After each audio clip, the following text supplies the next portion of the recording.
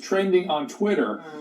The suspended sergeant was a sexual assault prevention officer at Forthood. Sam, what do we know about the woman who blew the whistle? Well, she is a soldier, and she's described as a single mother who is struggling to raise her 3-year-old. Now, according to the documents, she alleges the sergeant snapped naked pictures of her to show potential clients. She admits she had sex with the sergeant because he wanted to see how she would act out with the clients. And although she engaged in sexual misconduct, she is being granted immunity in exchange for her testimony. Are other women coming forward? Is this? I don't know that. I sure hope so. I sure hope so. I mean, it almost seems too much to be believed. You wonder if somebody was. They talk. Why don't you doubt her stories? You doubt Morgan and Anissa. That's a good point. I just wonder. I mean, I would hope that they wouldn't have had this allegation without maybe some other further evidence. Here's what she told the military board today. Quote, basically he was having sex with higher ranking officers for money. He preys on young females who are in bad financial situations and keeps their pictures on his cell phone.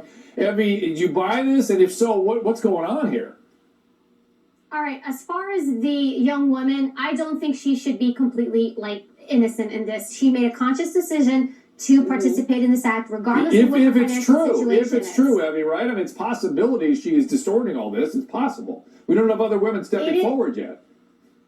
Yes, but why would they step forward? Because they, in turn, might get in trouble for it. Don't forget, this is the military. They go by military rules. This one woman was given immunity. So she's okay to step forward. But if I'm in the military and I partook and did this, I might think twice. Because one, I don't want to be out there in the media. Who would?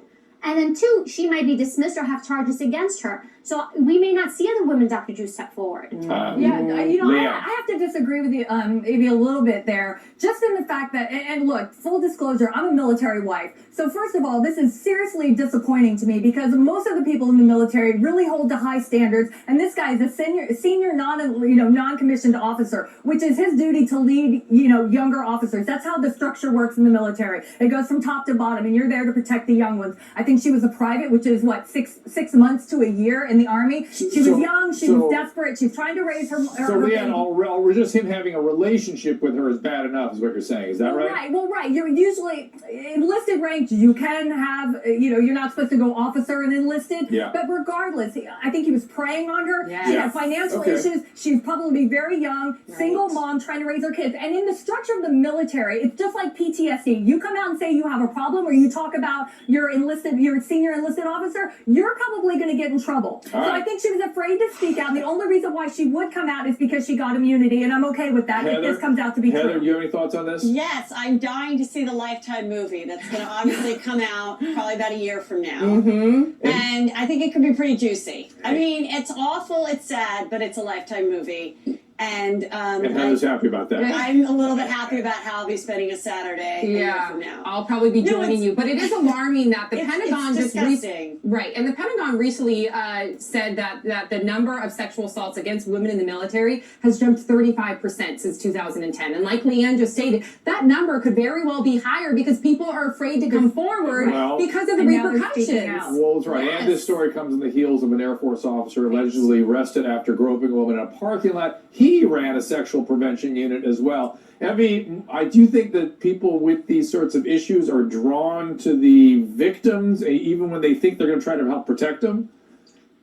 I think you're right about that. So think of it this way. Let's think a little bit sinister, think like the bad guy. If I'm a predator, what better place to go to find vulnerable targets? A place like this where the women who come have already probably been victimized in some way, have low self-esteem, they have already issues. So I come in, I'm here to protect you. You ingratiate yourself in their lives. You almost come off like you're there to help them. You create this relationship. Boom, there's your victim.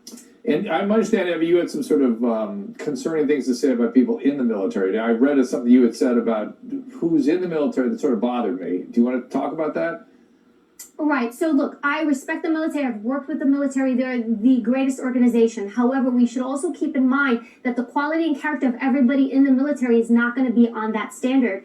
Just as a factual reference, certain people who are set to go to jail for having committed a crime, sometimes the judge or court will say to them, you know what? We're going to allow you to not go to jail and allow you to go to the military and do something good for your country. So I want people to keep that in mind, that sometimes people that do enlist in the military do have prior criminal records. Makes me feel bad for the guys in authority. They have to sort of deal with that. The court system is putting it off on the military.